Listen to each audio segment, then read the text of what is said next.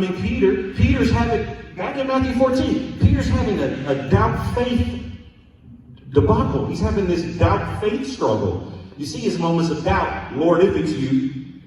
But then he said, if it is you, tell me to come. And Jesus said, come. And so by faith, that was great faith to step on the water. But then he started looking. So now great faith went to little faith. And he began to sink.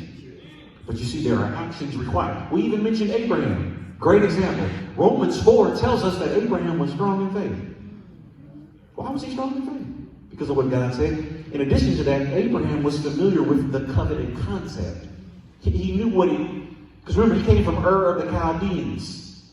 So he came from a Hamitic land. He came from Babylonian territory. So he was familiar with, and he wasn't the only one. He was familiar with the concept of what it meant to enter into a covenant with someone. And when you enter into a covenant with someone, what they have is now yours and what you have is now theirs. There's an exchange. And there's a greater vessel and a weaker vessel. And the greater takes the weakness and the weak take the strength. Right? Like, 1 Peter 5:7 says, cast your cares on him because he cares for you, right? Now, I'm in covenant with God, correct? And God has peace and I have words. God has peace and I have burdens.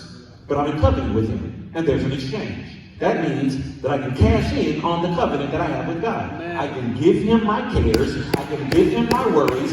And in exchange, he'll give me his peace. There's always an exchange. Abraham was very familiar with that. And so Paul, while recording this in Romans 4, he says, Abraham didn't consider his own body or the deadness of his wife's womb. That's right. It's strengthened in faith.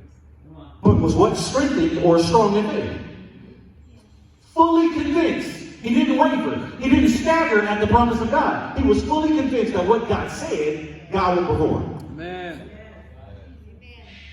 Abraham is an example of strong faith.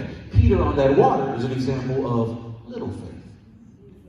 The two blind men are an example of your faith working on your behalf. The woman with the issue of blood is an example of your faith working on your behalf. But there must be action. Look at verse 49.